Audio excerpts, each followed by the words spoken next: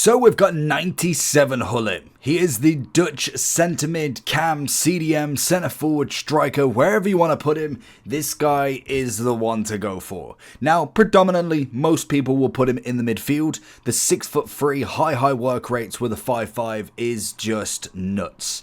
He's one of them with Vieira, where they just control the midfield. The stats, there's a reason why it's labelled the Gullit gang, and he is ahead of the table. And not only that, they actually blessed him with playstyle pluses. He's got the finesse for that attacking kind of role, power header also for corners, for crosses, for anything he needs to, a good old ping pass, and also the anticipate. This genuinely could be one of the best centre mids in the game, full stop. I will be interested to see who they do bring out in footies, whether we see any of these newer great of the game icons as a 99, but so far this is number one, and it does come in at a pretty penny. He is nearly 11 million coins. Now the chemistry style people are going for is going to be that anchor, just to max out as much as possible. Still keeps him on that controlled lengthy with 98 pace, 95 defending, and 98 physical. I don't know what else you need to know other than this guy is going to be an absolute monster. Let's jump into him and just show you what he's all about. Now when it comes to Gullit, he is just the god of all players when it comes to it, because centre mid, striker, cam, centre forward, he fits most roles just to an absolute T, because he just is that good at every single role. It's a funny thing with him because he's been like that for years. There's been icons, there's been players that have come before him, come after him, and that is what he does every single time. The finesse shot plus is going to be broken for him as well. We are against Campos, who I agree that is one of the worst keepers in the game. No matter even if you put him at 99, he's too small as a keeper. It just doesn't work, especially with that finesse shot plus. It just isn't the one, unfortunately. But Gullit most definitely is. He is just that sort of player who can, for 6'3", dribble around everybody, pass it through everybody, and shoot literally from where he's standing. It's just a perfect role for him every single time. And it just... Have we got a free kick? Maybe we could score a free kick as well. No, maybe not. It's not us. Offside. Fair enough. But regardless, Gullit is Gullit for a reason. His base card is still phenomenal. He's got his 91 Centurion that's brilliant. He's got an SBC that, even though was a little bit less kind of meta relevant compared to what we've seen... compared to what we've seen with him... Gullit is just Gullit. That is it. And then obviously the 94 is absolutely top drawer as well. The 5'5" on him is absolutely disgusting.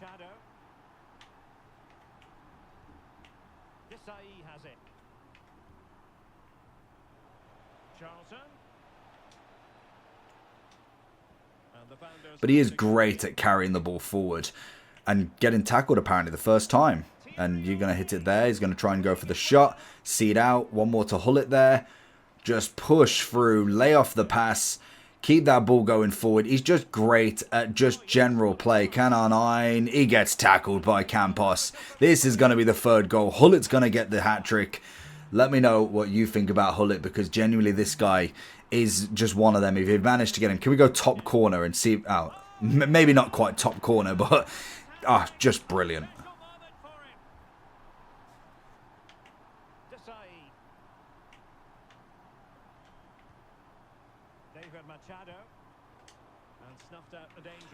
I must admit there is another player that definitely could be on that level.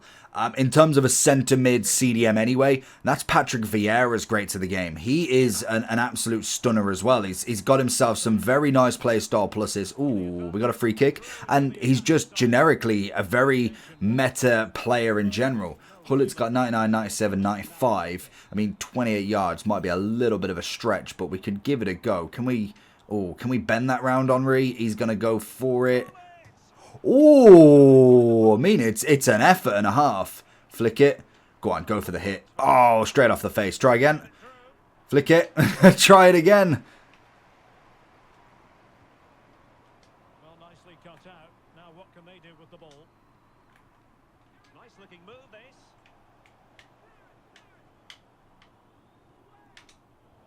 I think as well, it's just how big Gullit is. How quickly he moves, his dribbling is absolutely brilliant in terms of the left stick. He just is that sort of guy.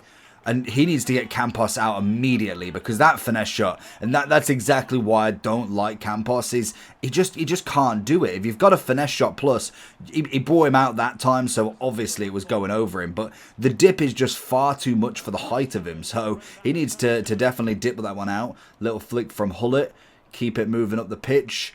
Can we see Messi? Go for the little... Ooh, that's a bad pass. Literally, the only other thing now is adding like a 5 play style plus to him, just to add incisive or something else. That's literally the only way that you make this card any better, truly. Lovely. Ooh, I was trying to just rush it through. He doesn't have no running play style plus, which I suppose in the striker element of him might be the only thing that maybe you could get like an R9 or an Mbappe over him. Like, obviously they are going to be better finishers of the ball than him, but I think the centre mid for me is always going to be that position for Gullit, especially with the strikers that we do have. Having him in that midfield is just a broken cheat code with just how much he can control the mid as well. That's the big thing, is the presence of the mid. What he allows the forwards to do is just next level every single time. Back in the middle.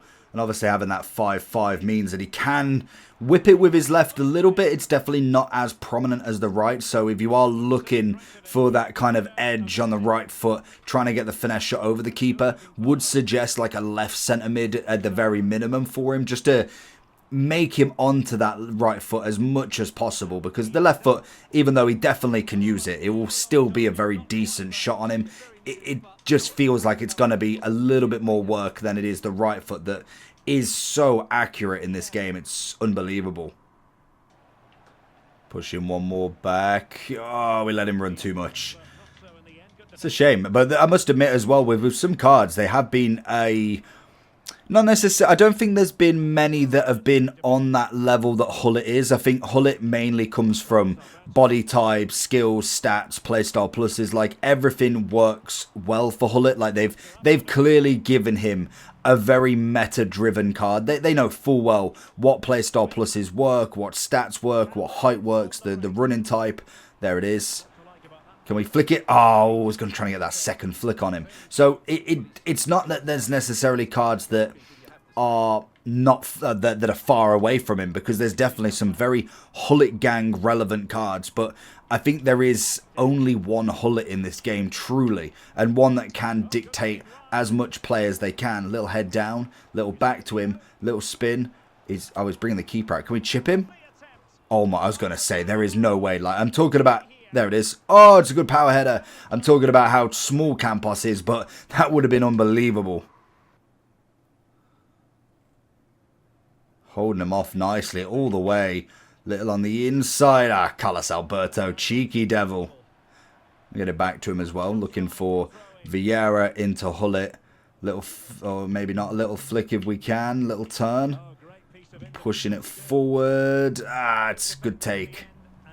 So going through the mental performance, he's now actually 13 mil, which is just crazy. He jumped $1.5 million since this review. Say that I affect the market all you like, but the proof's in the pudding. But no, in terms of the card, he's obviously going to be one of the best players on the game. He's not, I think, what, R9's at 15 mil, and I want to say Ronaldinho was at 12. I think they do kind of overlap each other. At that point, when you're 10 mil and above, the prices can be so skewed every single hour. He is literally top 5 most expensive in the game by a landslide. Now the question is, like I said with Cruyff, is he actually worth it? Should you go out and spend 13 million coins, 10 million coins, what have you, on actually getting him? And the answer will always be no. Of course not. As much as he is worth it, he's worth every penny you pay for him, he is that good, you can always find cards so much cheaper than him. If you manage to pack him, outstanding. Like, he is not leaving the team until FIFA 26. Like, it just wouldn't. He doesn't need to. But that's only if you pack him. If you're very lucky in the greats of the game to upgrade pack team 2, whatever it's called, if you manage to get him out of anything, then yes, he is worth everything to put into your team. But truly, how much 13 mil could get you? You think of that literally is just about like 1.15, is it 1.15 or 1.1 or something along them lines, million coins per position.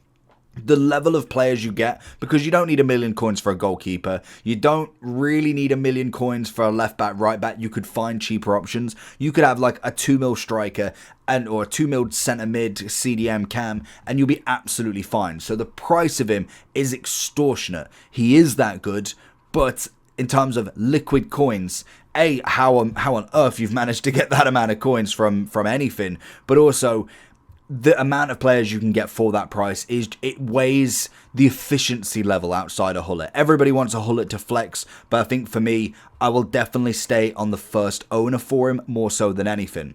Anchor is definitely the player style to go for. He is that good. He's obviously a 10 out of 10, but hopefully we get very lucky either in an SBC for him, or we do get an unlimited amount of icon picks to do once we enter into the footies here.